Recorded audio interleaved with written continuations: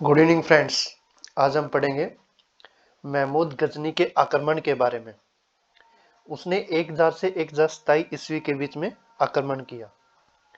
और महमूद गजनी जो संस बनी वंश का या गजनवी वंश का एक शासक था।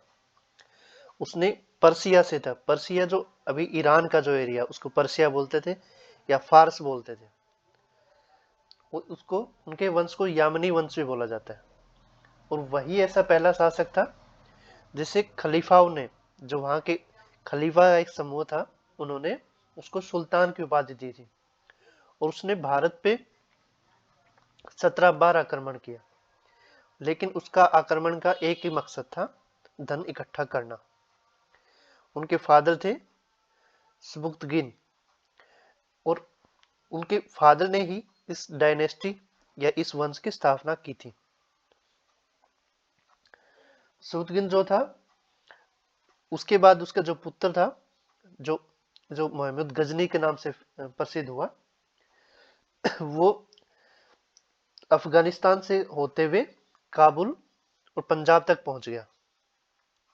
पंजाब में शाही डायनेस्टी का शासन था, जहां जयपाल और पहले जयपाल का शासन था, फिर आनंदपाल का। जयपाल की मृत्यु 1008 ईस्वी में हो गई।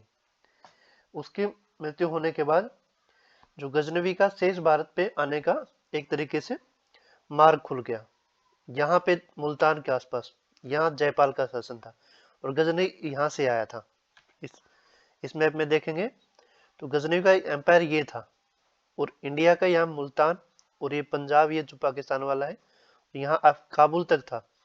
और जब वो यहाँ से आया तो यहाँ आनंदपाल की जयपाल की मृत्यु के बाद वो जो शाही वंश था वो कमजोर पड़ गया, तो इंडिया में एंटर कर गया वो।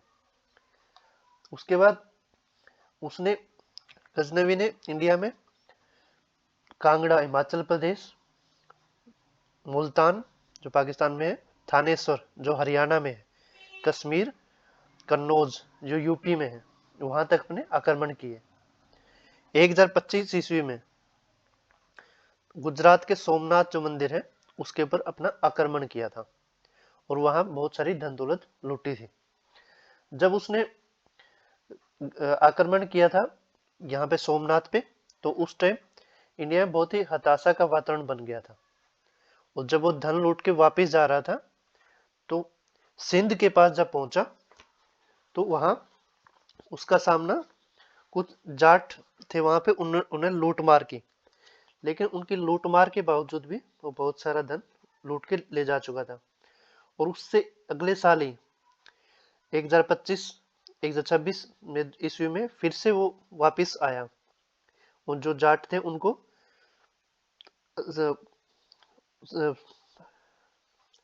सजा देने के लिए। और 1030 ईस्वी में इसकी मृत्यु हो गई थी। और उसने मथुरा, वृंदावन, नागरकोट, इनके जो मंदिर थे उनको ध्वस्त किया था। उसकी जो गजनी के उसमें जो साथ में कुछ इतिहासकार भी आए थे, जैसे उत्बी।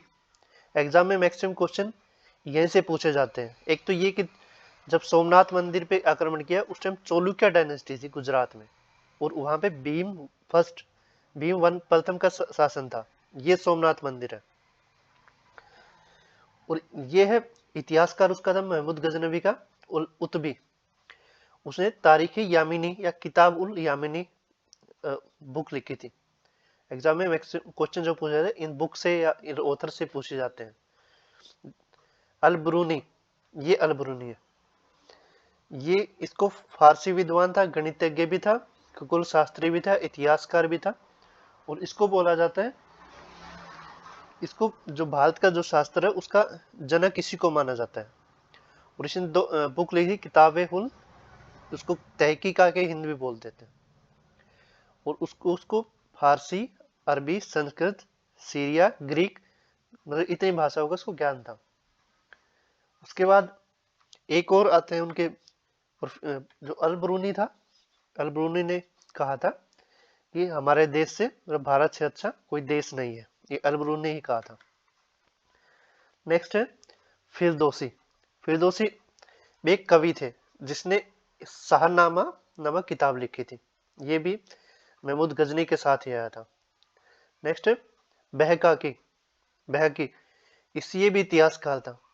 इसने तारीख सुबतगिन बुक लिखी थी, जो ये भी गजनवी के साम्राज्य से ही इतिहास लिखने वाला था। ये उसके इतिहास के सिक्के हैं जो संस्कृत में उसने अपना नाम लिखवाया था। वो जो गजनवी का शासन था वो पंजाब तक फैल गया था। जब वहां पंजाब में फैलने के बाद कुछ टाइम के बाद जब वो कमजोर हो गया, उसका जब 1030 में जब उसकी मृत्यु हो गई थी, तो उसके बाद उसका शासन कमजोर हो गया। तो फिर उसका जो गजनवी जो अंपायर था वो डिफरेंट डिफरेंट पार्ट्स में डिसइंटीग्रेट हो गया। ये जो है ये अफगानिस्तान में है अभी भी उसका, अब प्रेजेंट टाइम में। Thank you.